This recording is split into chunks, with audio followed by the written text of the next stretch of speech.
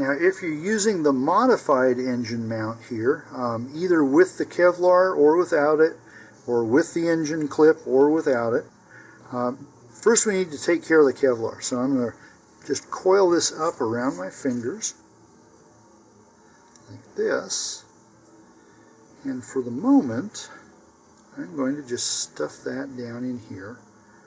Make sure that you don't do this if there's still wet glue inside. So this needs to be good and dry.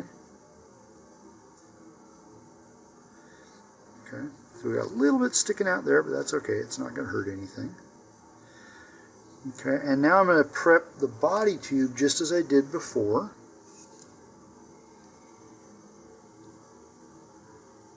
Okay, but I am going to bring it down just a little bit because my centering ring is further down. So here I'm going to go about 1 inch inside. Okay. Slide that in just till we're past the centering ring. And just like we did with the regular mount, put a ring of glue here, all the way around, and then slide it in. And I'm going to make my engine hook here flush with the launch lug, so it aligns up there. Okay, and I'm going to go ahead and push this in so it's flush with the body tube, like that. Okay, and again, this one's not as bad, but there is a little bit of a gap there between the centering ring and the body tube. So I'm going to go ahead and fill that in. You need to be extra careful that you don't glue the engine clip though. So I'm going to just leave it alone right around it.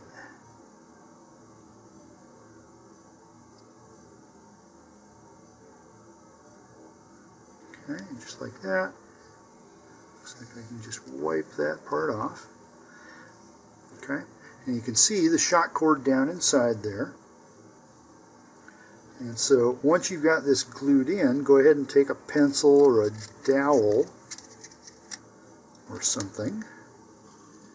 Remember, you got the engine block up there, so it may require something narrow like this. And just push that forward. If you give it a shake a few times here, it'll come out.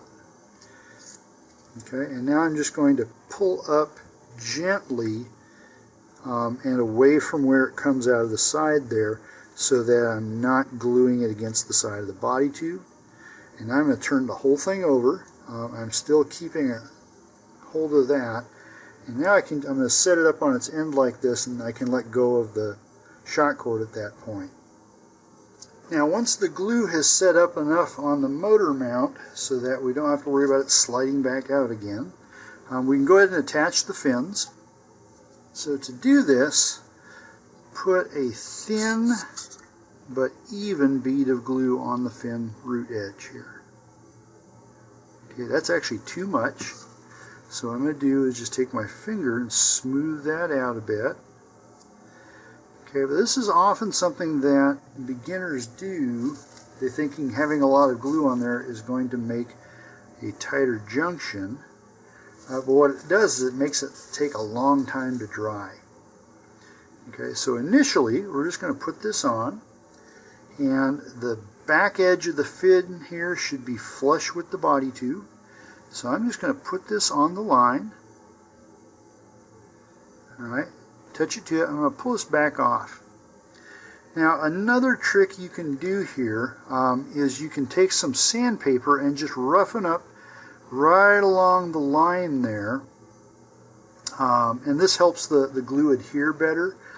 In this model it's not too critical because the fins are so small they don't have a lot of shear force on them. But that is something you can do, and I'll do it on the improved model when I get over to it. Alright. Once this has become tacky after about 30 to 60 seconds, then go ahead and put it back on. Okay, and for some reason this technique has kind of been lost among Rocketeers. I remember Estes used to include it in their instructions. They don't anymore. Okay, and then just sight down along it, make sure that the fin is perpendicular to the body tube and also aligned with the body tube, so we're not leaning over one way or another and we're not crooked. Okay? Once you're sure that you've got it in the right place, then just let that continue to dry for about 10 minutes, and then you can do the same thing with the other fins. And I'm going to do that off camera. Here I have all 4 fins now glued onto the rocket. And the next thing to put on is the launch lug. And so this is going to go at this mark here that we made earlier. And so we have to do 2 things. We need to take the stand off here and first glue it on. And you can either glue the launch lug to this first or glue this on first and then the launch lug. Either one works fine. I'm going to go ahead and glue the stand off first. And just like we did with the fins, we're just going to put a fairly thin layer of glue here.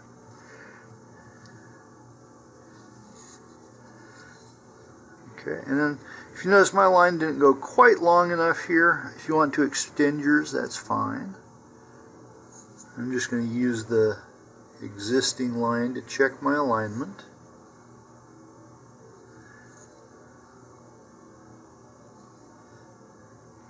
Okay, and if you want to use the 30-second tacky method that I did with the fins, you can, although usually it's not required here because the standoff is not putting a lot of strain on the joint. Okay, I'll move that just a little bit.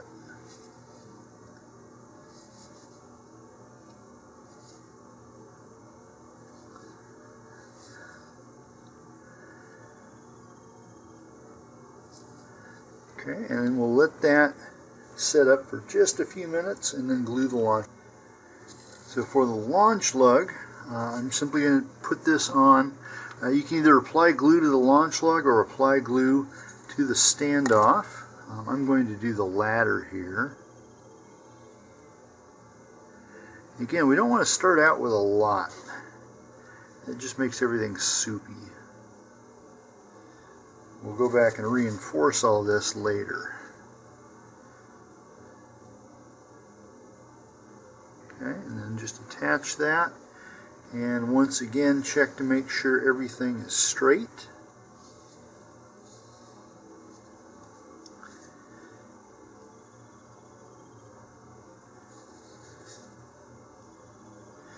Okay, and now I'm just going to set this aside to dry. Make sure I got that right where I want it. There we go.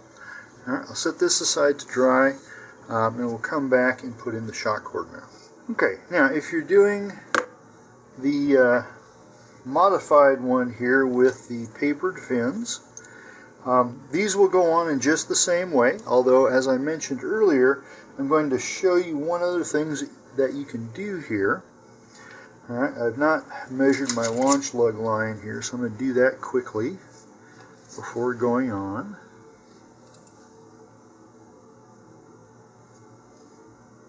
Okay, so that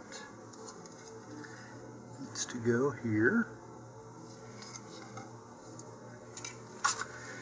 Okay, and now I'm going to take some sandpaper. You can use anything from 100 to 220 for this.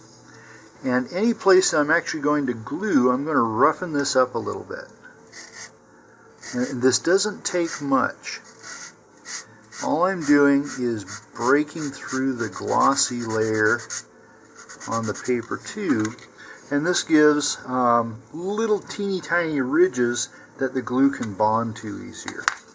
Okay, same thing down here for where the fins are. You don't need to do the whole line, just approximately where the fin's going to be. And you may want to take a fin here and give yourself a little bit of a measurement to how far you want to go. Okay. And if you end up sanding off your line, just go back and redraw it.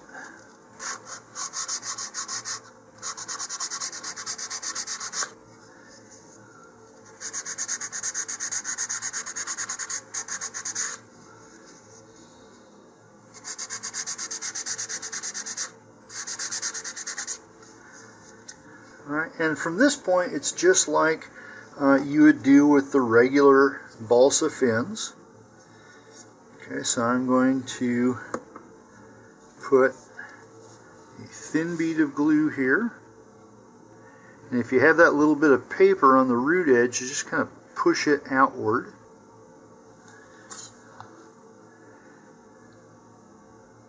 Okay, and then just like with the regular instructions, we're just going to put this on and then pull it off again. Wait 30 to 60 seconds and then put it back on.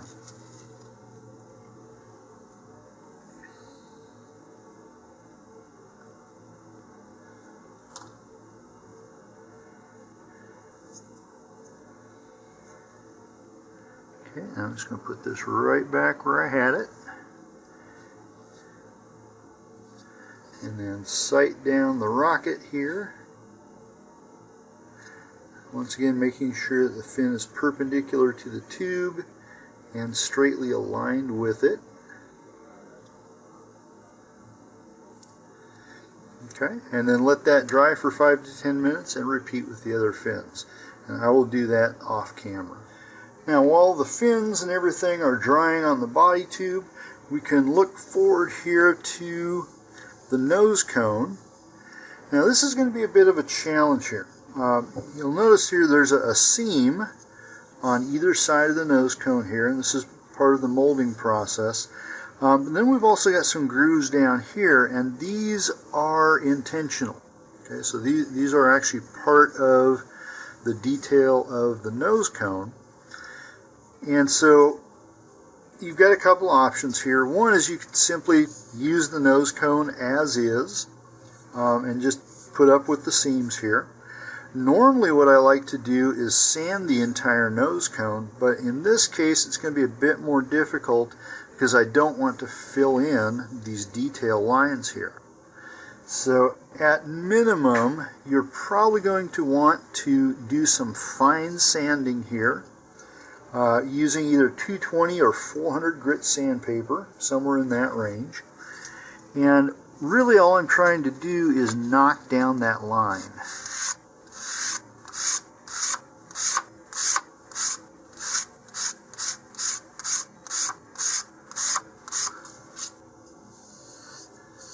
Okay.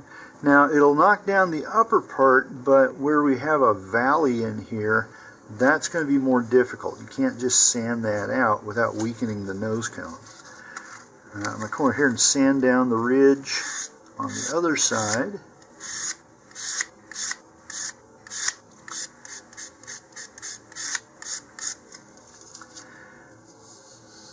Okay. And then we have the question of, well, what are we going to do down in here? You can try sanding this.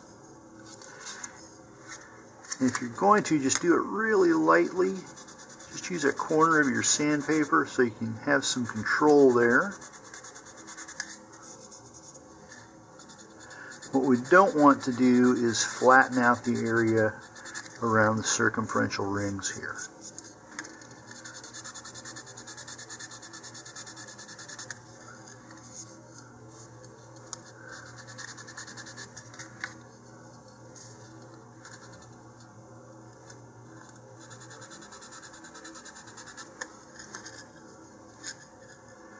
Okay, and then the same on the other side.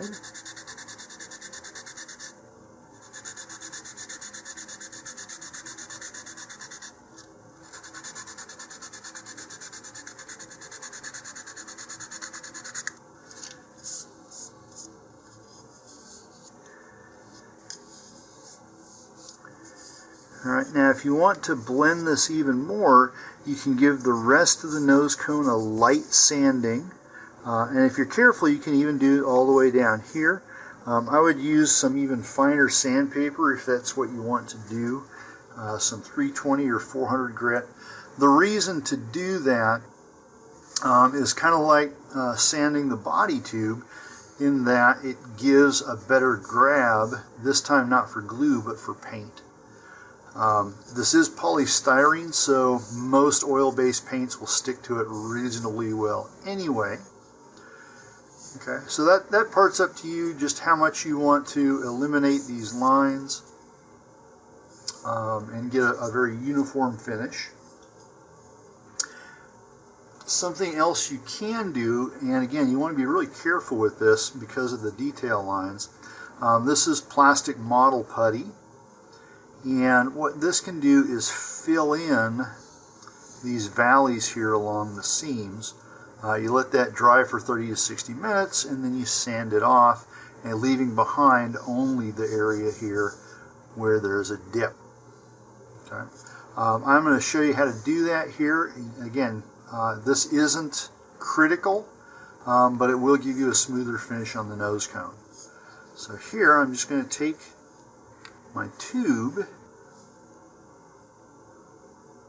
I'm just going to use the tube itself to apply down along that line. Now the first part of my nose cone, the line down toward the base is not that deep. Where we really get the valley is up here toward the tip. Okay. And then do the same on the other seam.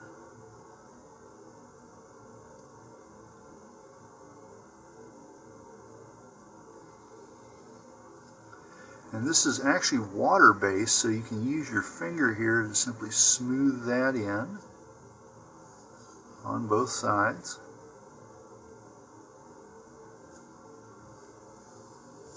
Okay, you kind of scrape away a lot of the excess, otherwise you just have to sand it.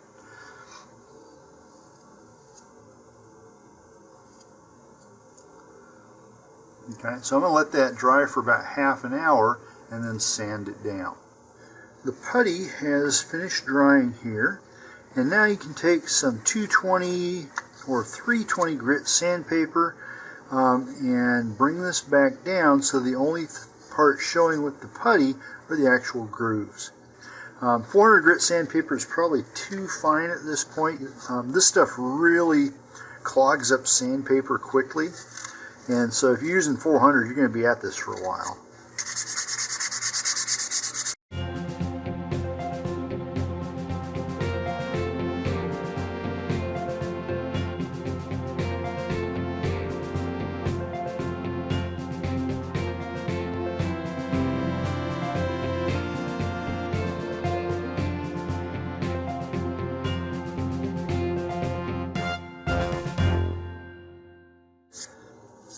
Okay, and again here, most of what's left there is filling in gaps. There's a little tiny gap right there. So again, if you want to get an absolutely smooth finish, just add another layer there and resand it.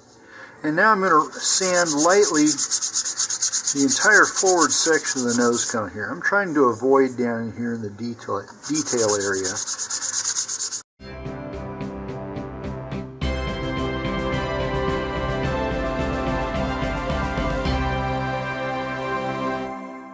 Okay, and then we'll just brush this off with a tissue here, get rid of all the sanding dust.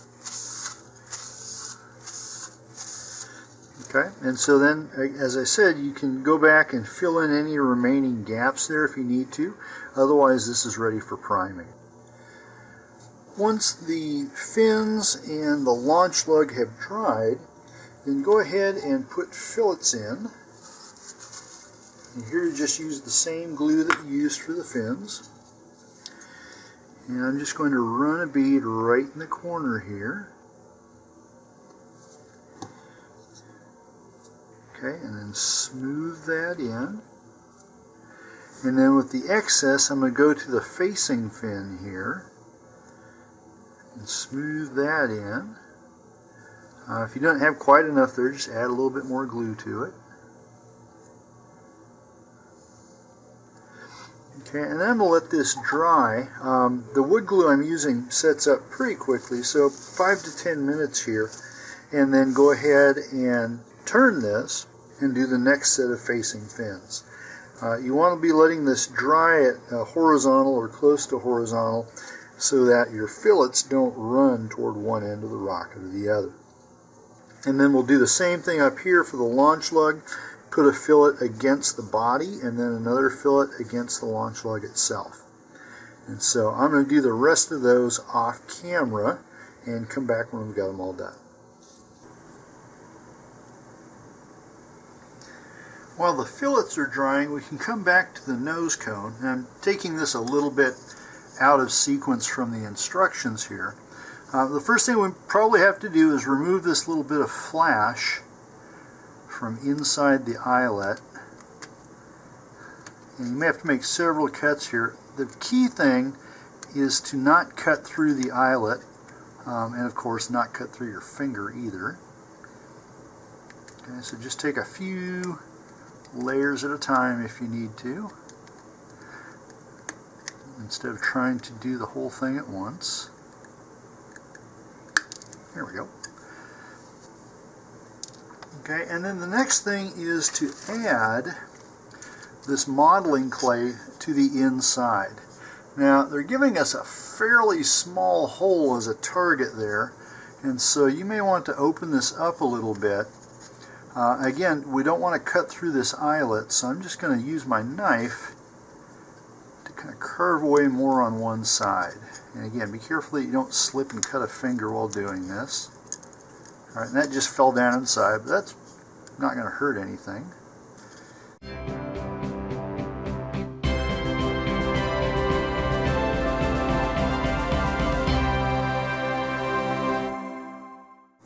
Shake as much out as you can. That's going to leave us a little bit more room. And go ahead and open this up.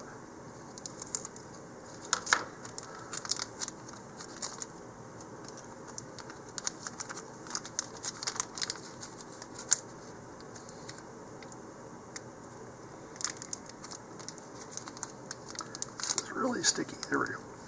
Okay, and then what we're going to do is simply flatten this out into a long worm.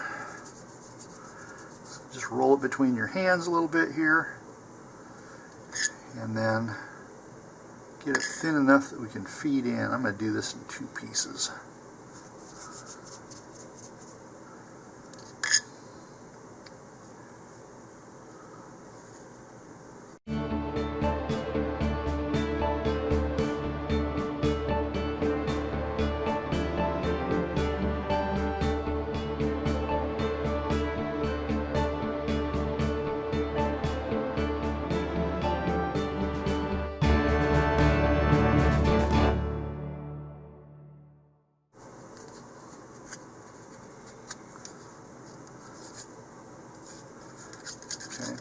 Now, once you get it down inside there, what we need to do is press the clay all the way to the forward end of the nose.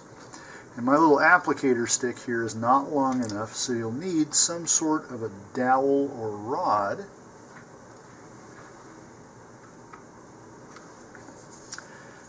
Okay. And I would use the biggest diameter that you can get down in here that you have handy. This is about a 3/16 or so.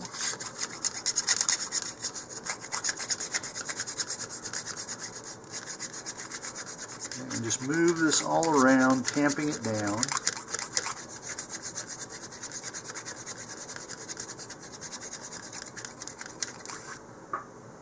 And this probably won't show up in the camera very well, but look down inside there. If you shine a light to the side, you'll be able to see easier. But just ensure that you've got this down all the way. And you want it nice and packed against the inside of here. Eventually this is going to dry out and harden some more, and it will stay up there. You generally don't need to add any glue to this.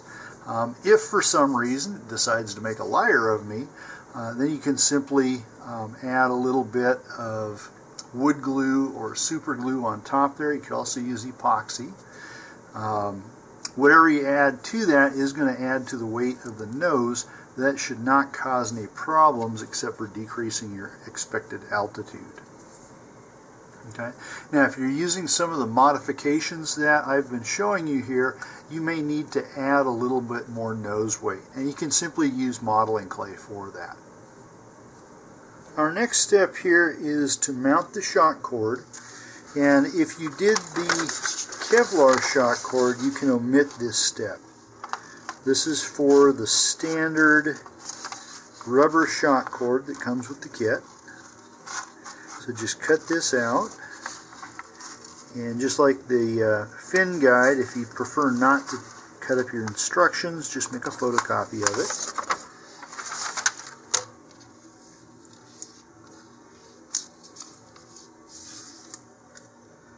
Okay, and we're going to get our shock cord here. And the way this is going to work is we're putting some glue in a line here.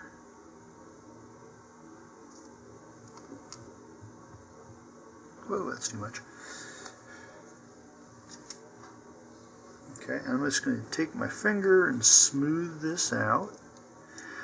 In the end, we want this to have a fairly even coating of glue throughout it, so that when it solidifies, it's all one unit. Now I'm going to put my shock cord on here from the 2 to the 3, and I'm going to angle it off a little bit. So this isn't going straight down, but kind of parallel to one edge here. And that's because here we're going to fold this over, and when we do that, we want this part of the shock cord to lay beside the other part of the shock cord, not on top of it. So once you've got this in place, simply take the one section, fold on the dotted line and over onto the 2. And this does tend to get messy, so be sure to have some paper towels or tissue for yourself there. Alright, now we're going to wrap this over. So put the 2 over the 3. Alright, you can kind of wiggle this back and forth until you can feel that the shock cord is laying beside itself here. Okay, and now I'm going to bow this whole thing like that.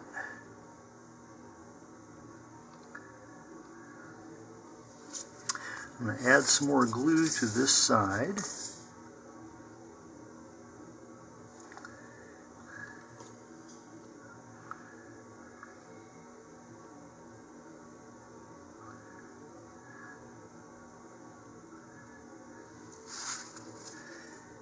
Okay, and now I'm going to take my body tube here, and I'm going to insert this as far down as I can get it. And this needs to go down at least 1.5 inches, so that when we put the nose cone on, it does not get stuck against that. So I just like to get this down as far as I possibly can. So if you got long, skinny fingers, take advantage of them. Okay, and then now what I'm going to do is press against the body tube with my finger inside, and this is going to squeegee all that glue up against the body tube. So that if we look inside here, okay, you can just see the mount in there and the shock cord coming off. Alright, and see a little bit of a bump there. I'll move that as much as I can. Okay, now part of the reason I like to use the Kevlar in place of this is that even if you can get that to squish down as much as possible, it's always going to be sticking out into the tube a little bit. And that means the parachute or the streamer or the shock cord or whatever you've got inside there has a chance of getting hung up on that. Okay, so try and get that as flat as you possibly can without any gaps.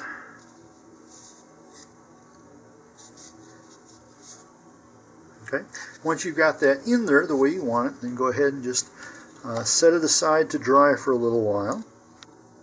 Something else we can do while we're waiting for the glue to dry is to prepare the parachute, and it comes in its own package here. So just carefully open that up without cutting the parachute itself. And this should be already strung. So here, just open this up.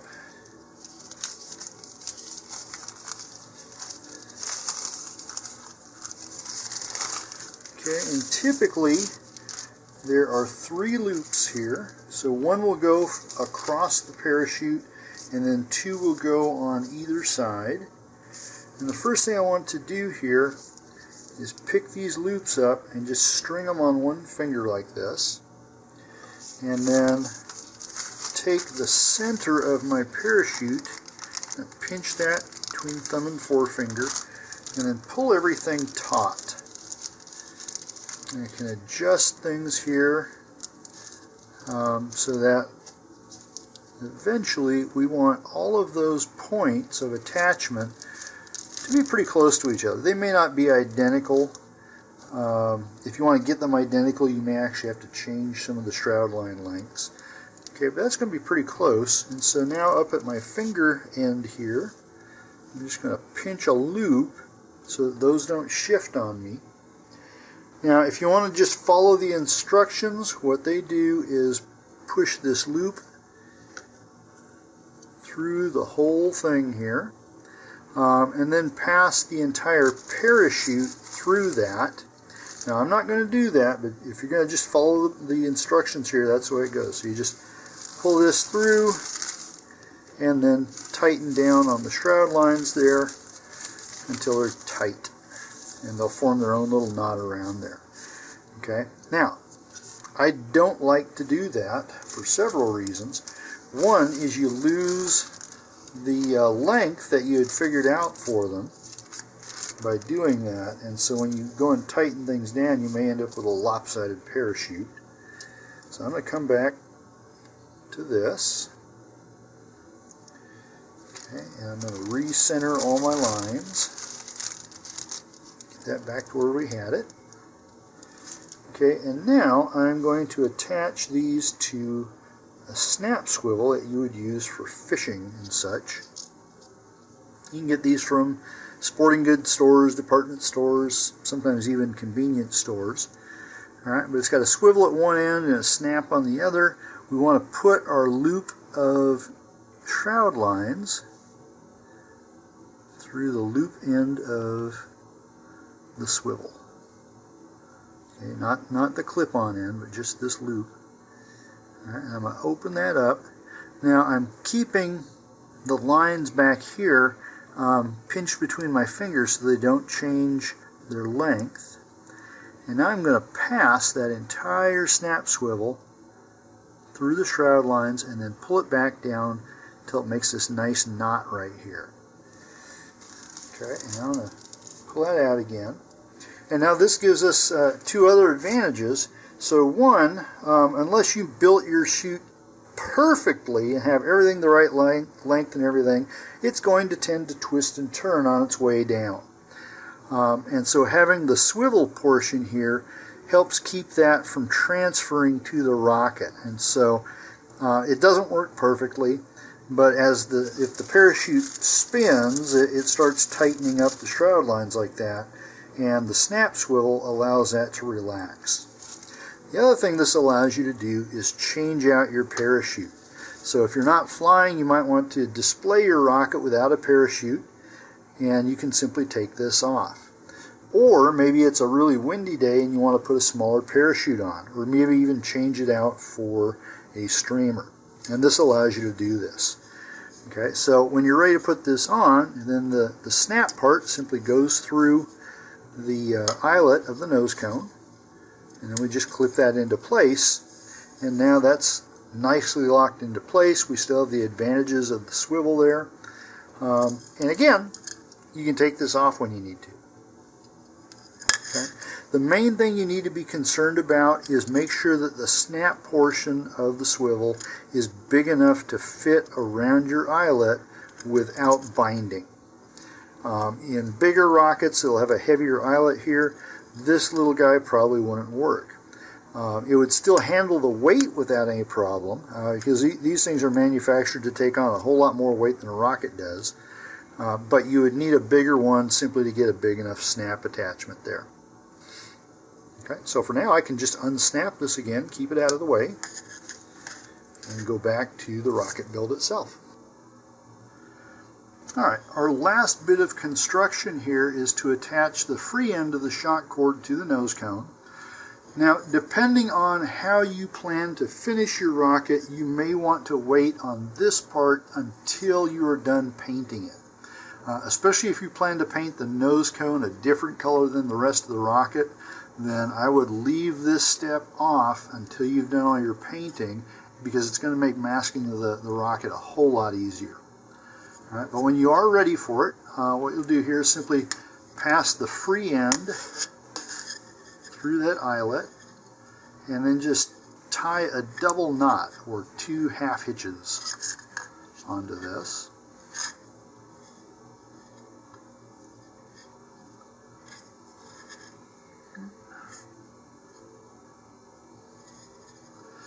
Okay, and then pull it from one direction and then the other, and then both. Okay, so that knot gets nice and cinched down there and is not going to suddenly come loose if it's got a lot of shock on it. And then to make that even stronger, you can apply a little bit of wood glue or white glue to the knot itself. Now I'm not going to actually do it here because I am going to paint this separately. Okay, but once you just put a little dab of glue on there and just kind of work it into the knot there. If you are doing this with the Kevlar version, okay, here's another nose cone. Go ahead and take the shock cord out. And here you have a couple of choices. So with the regular build and the rubber shock cord, normally the parachute attaches right here, right next to the shock cord. And the only drawback to that is if you've got a heavy nose cone like this has, it tends to make it come down spinning.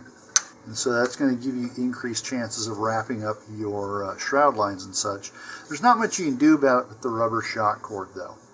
With the Kevlar one way you can get around this is, instead of tying the parachute to the end of the shock cord and the nose cone, come down about 1/3 of the way between the rocket and the end. Okay, so I've got about that much there of my shock cord, and then at that loop, go ahead and just tie an eyelet into it using a water knot or a fisherman's knot. Okay, so it's just an overhand knot in the loop, like that. Okay, and then tie this portion on, just like we did with the rubber one. So again, 2 half hitches or overhand knots.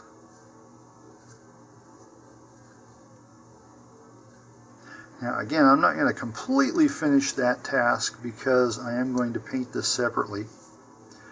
Okay, but once you've got that on there, in either case, this excess shock cord here on the free end, cut that back to about 1/2 centimeter or about 1/4 of an inch. You don't want to cut it back all the way to the knot, but you don't want this to happen. You don't want this to get up against the body tube and between the shoulder of the nose cone and the body tube. Same thing here. Okay. Now in this case, instead of using wood glue to fix the knot, just put a little drop of super glue in there. And if you've got frayed ends here after you trim this back, you just put a little dab of super glue there too to keep it from fraying more. Back here on this loop, usually don't have to worry about it fraying or coming loose, although if you're worried about it, you can put a little drop of super glue there. I'm actually not going to do that because that way, if I need to, I can move my knot. Okay, but that should work well. But what will happen then is, with this configuration, in just a moment here I'm going to have to make a wider angle. With this configuration, I can clip in my parachute here to the eyelet that I've put in my shock cord. And now when this comes down on the parachute, okay, let's see if I can get this to hang correctly here. When this comes down on the parachute, it's going to be hanging there below the parachute. And if I pull the rocket up here, the rocket's still hanging even further behind the nose cone. So none of this is going to be banging into each other. and it gives more freedom for the snap swivel to do its job of preventing the twisting of the shroud lines here. Here are the two rockets side by side. One has the papered fins, the other does not. The rest of the differences are mostly inside, although you can see the engine hook over here on this one. I am not going to finish these on camera, as right now the weather outside of my workshop is wintry at best, and so it's not going to be conducive to painting. It also means I will not be putting the decals on at this time. I will include some links that are general construction tips for painting, priming, decals, and all that kind of stuff that have been put out by Apogee Components. They're not specific to these kits, but can be applied to most rocket kits in general. With that, I hope you have a great flight, a safe recovery, and please stay tuned to watch some of my other videos.